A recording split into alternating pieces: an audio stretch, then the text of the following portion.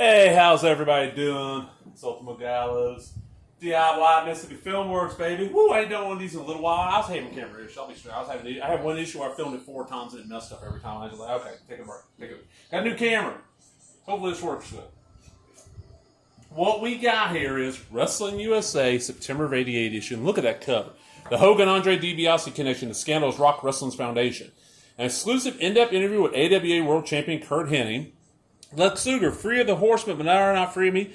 Dylan Ellering and Cornette, a heated debate on the fine art of managing. That is a cover right there.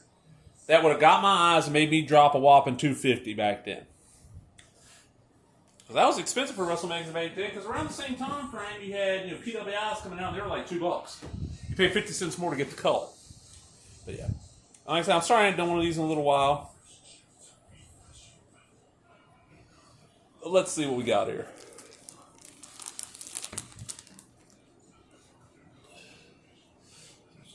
Okay, I'm getting used to my new camera, everybody.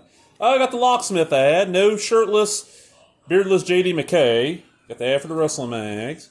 Wrestling's best from coast to coast. Captain Lou Albano. All this, you know how much? I mean, this stuff was cheap back then. T-shirt was what, $7. Hat was $7. You could get 20 easy on every one of these items now, if you could find them. I'm sure there's probably overstock somewhere.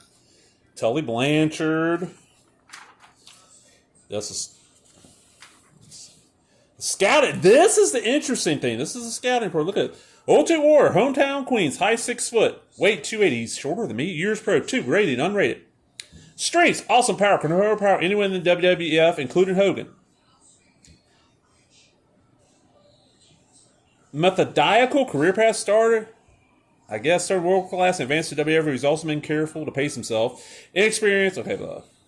No world class Dingo Warrior. So this is right when you got there. Congo the Barbarian. He's been around forever, man. Ted Orsini, Nikolai Volkov, 20 years really. DJ Peterson, who didn't he turn into somebody? Didn't DJ Peterson become somebody later on? Is that not the Patriot? I'm not sure on that. Stan Lane. Oh, Stan. Stan, when you bang them ring rats, make sure you wear a rubber, or your daughter'll be in contrast, fucking us all up. This right here, the videotape. This is the ad that I'm like, gee, I don't remember this ad. Slant-eyed Slaughter. Yeah, it's like, wow. You couldn't call it that nowadays. Oh, Missy, and this is a reprint from February 8th. This is a Missy Hyde interview. Look how, y'all don't know, only know modern Missy.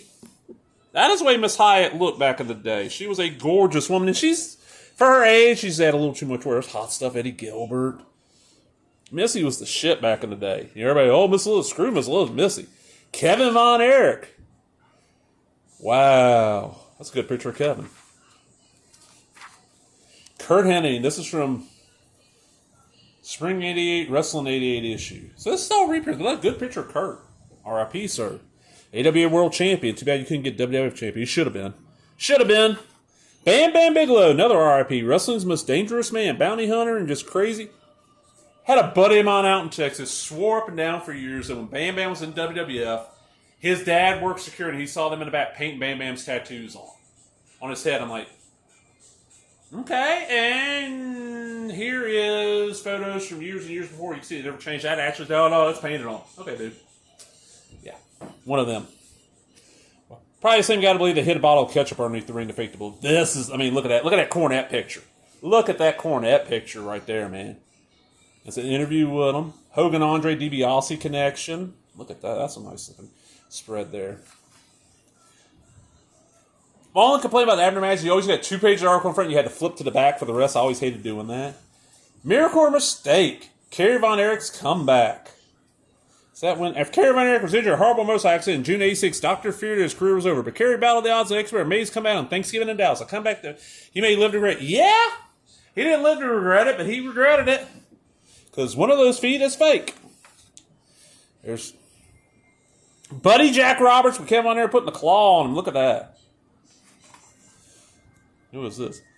Linda Dallas and Misty Blue. The natural Butch Reed. Woo, with his natural blonde hair. Sting and Mike Rotunda. Look at that Warrior with the mustache. Hold on. Look at that. Look at that mustache of Warrior.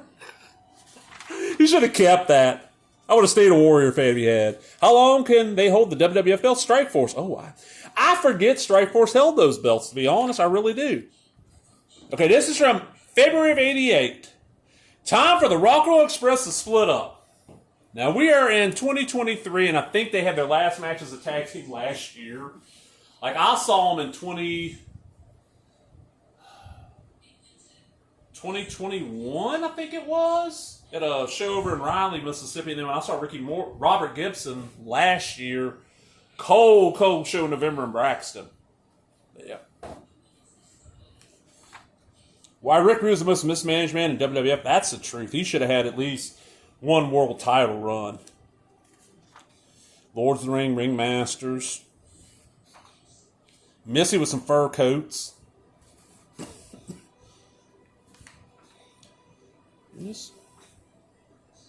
Rest of the Rock and Roll article. I say these are not bad magazines, though. They're actually fairly entertaining. Sea Monkeys, Ant Farms, Handcuffs.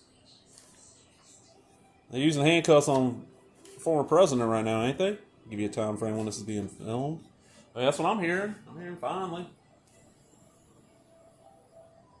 If everybody griping at me, that election, I didn't vote for that man or the lady running for the Democrats. I did a write-in vote because I didn't trust either one of them. I did a write-in vote, and I don't even remember. I think I put down Steve Buscemi. Like, fuck it. Nucky would do all right. Nucky admits he's corrupt. Dateline. We need more women. Yes, we do. A lot more women. Here we go. Always love my top 10s. Okay. Number one, Ric Flair. Ric Flair, usually, if he held the NWA World title, was going to be number one. Let me see if I can get that to zoom in. I'm learning, folks. I'm learning.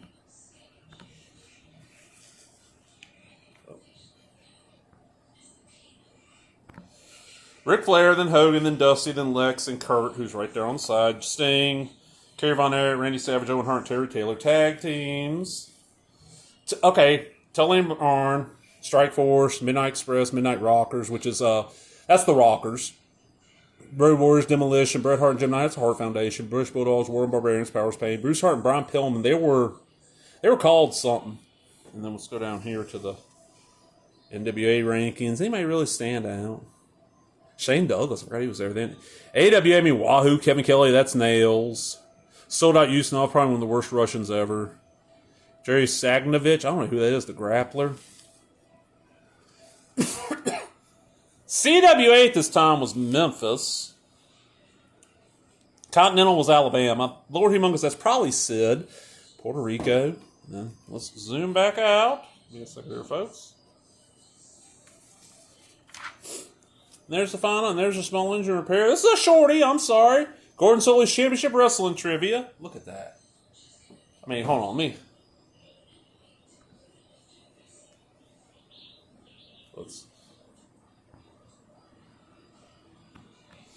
Look at that gorgeous look. Anybody has this game, please let me know. I want to know how it is. I want to play it.